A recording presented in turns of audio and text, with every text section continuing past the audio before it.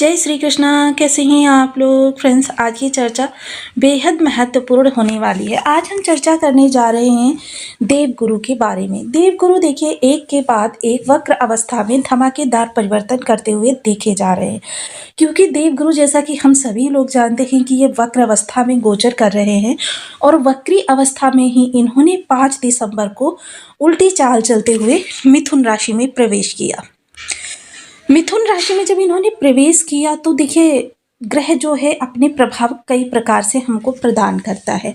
अब तो जैसे कि हम सभी लोग जानते हैं देवगुरु सकारात्मकता के कारक प्लैनेट होते हैं, और जब ये सकारात्मकता हमको प्रदान करते हैं तभी हमारा जीवन आनंद मंगल से परिपूर्ण होता है, लाभ की स्थिति प्रशस्त होती है और जीवन में सकारात्मकता और आनंद की अनुभूति होती है। क्योंकि यदि हमको देवगुरु की सकारात्मकता ना प्राप्त हो तो फिर संभव नहीं है कि जीवन आनंदपूर्ण तरीके से हम आगे बढ़ा सकें। तो देवगुरु देखिए जब वक्र अवस्था में इन्होंने 5 दिसंबर को आपकी मिथुन राशि में प्रवेश किया, लेकिन ये स्पष्ट तौर पर अपने प्रभाव अभी भी आपकी कर्क राशि से ही प्रदान करें। स्पष्ट तौर से क्या तात्पर्य होता है?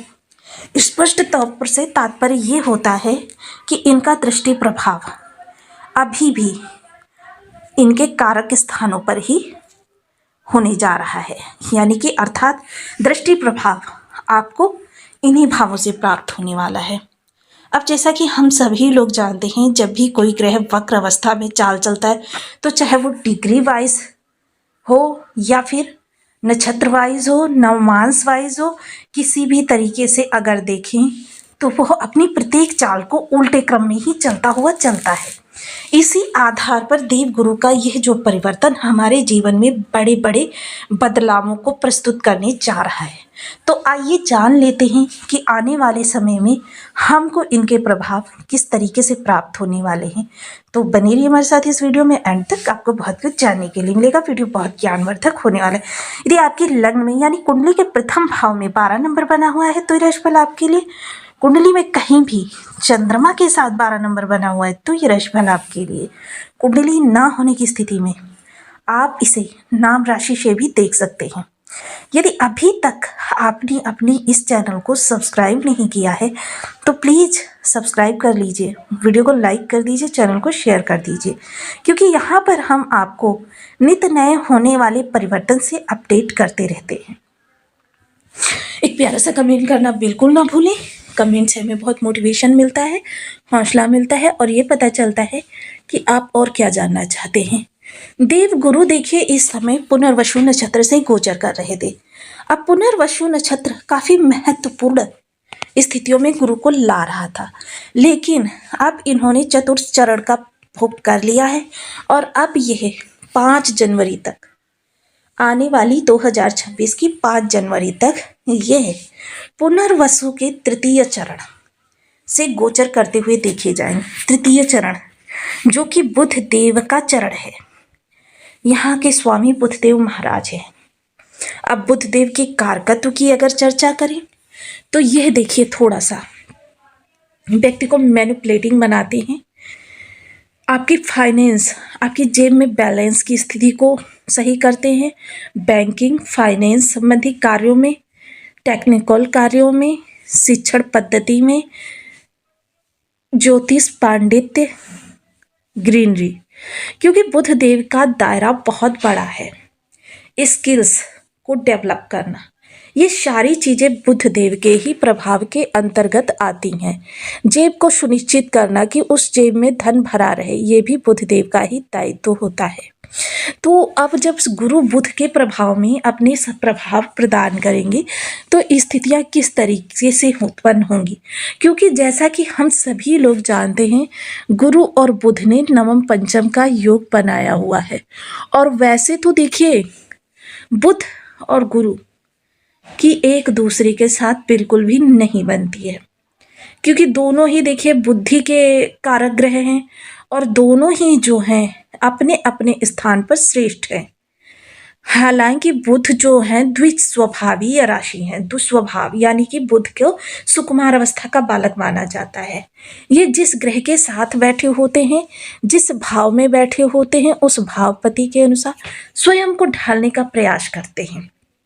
यानी कि जैसे देखते हैं वैसे ही रंग में रंग जाते हैं। गंगापुर गए तो गंगादास, जमुनापुर गए तो जमुनादास वाली स्थिति बुधदेव की होती है। लेकिन गुरु एक शाश्वत प्लेनेट है। अब यहाँ नवम पंचम का योग होने के कारण जो आपको बहुत ज़्यादा विषमता प्राप्त होनी चाहिए थी वह समाप्त हो जाएगी, जिसकी वजह से आपके सुख भाव के जो प्रभाव हैं वो बढ़ते हुए देखे जाएंगे। परिवार में देखिए छिटपुट थोड़ा सा असंतोष तो देखा जाएगा एक दूसरे के मध्य, लेकिन कोई भी ऐसी स्थिति उत्पन्न नहीं होगी जिसे अप्रिय कहा जा सके।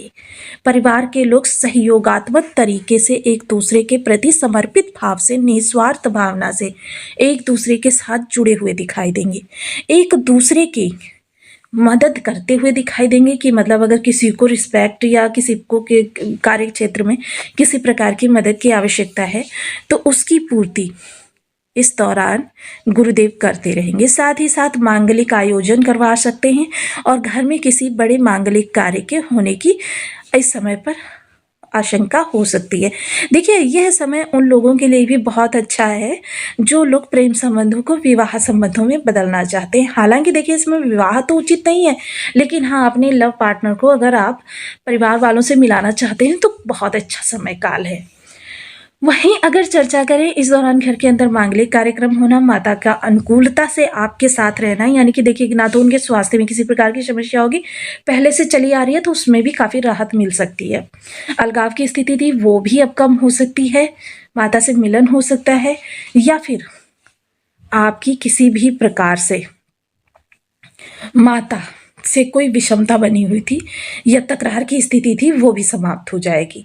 कुल मिलाकर कहें तो घर के लिए तो गुरुदेव बहुत अच्छा कर रहे हैं। वहीं अब इनकी बुद्धि जो भाग्य भाव पर जाएगी तो भाग्य भाव में स्वयं बुधदेव बैठे हुए हैं जी भाग्य को इन्हेंस करेंगे। तो मोस्टली कह सकते हैं क्योंकि भाग्य का प्रभाव गुरु जो होते हैं भाग्य भाव के कारक होते हैं। स्पष्ट दृष्टि गोचर जो इनका होगा वो कर्क राशि से ही होगा, जिसके कारण से देखिए यहाँ पर जो इनका नवम भाव को देखना, यानी कि क्योंकि ये कारक भाव है इनका, तो यहाँ से इनके प्रभाव जबरदस्त रहने वाले हैं। भाग्य का साथ मिलेगा तो आपके 12 भाव संबंधी चीज़ों में अनुकूलता उपलब्ध होगी। सप्तम दृष्टि जो होगी वो आपके लाभ को इन्हेंस करेगी। मोस्टली इस समय पर अगर मैं कहूँ थोड़ा सा स्वार्थ आपके अंदर आने वाला है तो ये गलत नहीं होगा, क्योंकि बुध और गुरु दोनों थोड़े से अपनी कहीं ना कहीं विषमता तो उत्पन्न करेंगी। मोस्टली इस समय आप लोगों के बारे में ना सोचकर लोगों से लाभ उठाने के बारे में सोचेंगे कि किस तरीके से किसको यूज़ करके या किससे किस तरीके से काम निकलवा के अपना लाभ सिद्ध कर ले। जैसे कहते हैं ना पुराने मुहावरे की भाषा में, अपना उल्लू सीधा करना। तो ये चीज़ें थोड़ा सा आपकी मित्र मंडली को, आपके सोशल सपोर्ट को आहत कर सकती हैं, लेकिन फिर भी देखिए ये 5 जनवरी तक का समय काल है, शांति से निपट जाएगा। कोई विवाद की स्थिति आपकी नहीं आएगी। हालांकि थोड़ा सा यहाँ पर आपकी इच्छा पूर्ति योग जो है तो वह थोड़ा सा प्रभावी हो जाएगा, जिसकी वजह से इच्छाओं की पूर्ति तो देखिए आपकी होनी तय ही है, लेकिन क्या है जो ये आपका बिहेवियर थोड़ा सा चेंज होगा, इसको सुधारने की आवश्यकता है।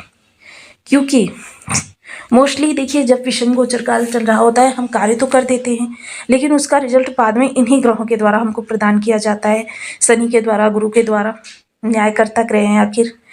तो इन चीज़ों से थोड़ा सा हमको सतर्क रहना होगा। देखिए इसमें कोई दो राय नहीं है, जब आपकी बुद्धि लाभ को प्राप्त करने वाली होगी, स्किल्स को बढ़ाने वाली होगी, तो ऐसे व्यक्ति के पास लाभ आने से किसी भी प्रकार से रुक ही नहीं सकता। ऐसे व्यक्ति को हर स्थल में लाभ होता ही रहेगा। इस समय मोस्टली अगर मैं कहूँ कि आप बेशक सुबह खाली जेब घर से निकलें, लेकिन शाम को आवश्यकता से अधिक धन आपकी जेब में होगा तो ये गलत नहीं होगा, क्योंकि बुध जो है आपकी जेब की स्थिति को बैलेंस करते हैं और इस समय गुरु के माध्यम से लाभ पर इनकी दृष्टि जा रही है, तो काफ़ी आपके लिए अच्छी स्थिति बनने वाली है।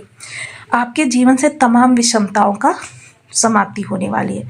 नवम दृष्टि जो आपकी लग्न को देखेगी, तो मोस्टली देखिए जैसा कि मैं बता चुकी हूँ, एक तो मैनिपुलेटिंग व्यक्ति रहने वाले हैं। अगर आपको शत्रु से भी अपना काम निकलवाना है तो उससे भी मित्रता करने में बिल्कुल भी परहेज नहीं करेंगे, बस आपका काम बनना चाहिए। हालांकि अगर आजकल के भौतिकतावादी दृष्टिकोण से ये चीज़ें देखी जाएं तो गलत नहीं है, लेकिन फिर भी आपको इन चीज़ों से थोड़ा सा सावधान रहना है। चर्चा करें इस समय आपके ज्ञान की, तो देखिए ज्ञान में तो किसी प्रकार की कोई कमी नहीं, बल्कि इस दौरान आप हो सकता है अपने स्किल्स में कुछ ऐड करें, यानी कि कुछ सीखें। और व्यक्ति देखिए निरंतर कारोबार करते हुए भी कुछ सीख सकता है। ऐसा नहीं है कि उसे स्कूल जाने की ही ज़रूरत है, किसी कोचिंग इंस्टीट्यूट जाने की ज़रूरत है, लेकिन वो सीखना अगर चाहे तो बहुत साधारण तरीके से भी सीख सकता है। मोस्टली स्किल्स आपके इस दौरान डेवलप होती हुई दिखाई देगी, और आपके बात करने के अंदाज में भी नहीं, तो हर तरीके से आपको लाभ लाभ लाभ निकल कर आने वाला है। ये कह सकते हैं कि इस समय चौतरफा लाभ की, क्योंकि लग्न और भाग्य दोनों को गुरु देख रहे हैं, तो आपकी चौतरफा लाभ के योग बनेंगे। इस दौरान थोड़ा सा आप तीर्थाटन के बारे में भी सोच सकते हैं, किसी धार्मिक स्थान पर जाने की भी योजना बना सकते हैं, जो कि आपके भाग्य को बढ़ाने वाला सिद्ध होगा। तो देखिए अब थोड़ा सा यहाँ पर उपायों की भी बात कर लेते हैं। गुरु के लिए ओम ब्रह्म बृहस्पति नमः, बुध के लिए ओम भूम बुधाय नमः। इन बीज मंत्रों का 1 माला, 2 माला, 5 माला, 7 माला, 11 माला का जप नियमित अपनी शुद्धानुसार करना आपके लाभ की स्थिति को बढ़ाएगा। केसर का तिलक मस्तक, कंठ, जिह्वा पर करें। पीले कपड़े में 1.25 किलो चने की दाल, 5 गांठें हल्दी की गांठ लगाकर बांध लीजिए। एंटी क्लॉकवाइज 7 बार अपने ऊपर से उतार लीजिए। धार्मिक स्थान पर या किसी जरूरतमंद को डोनेट कर दीजिए।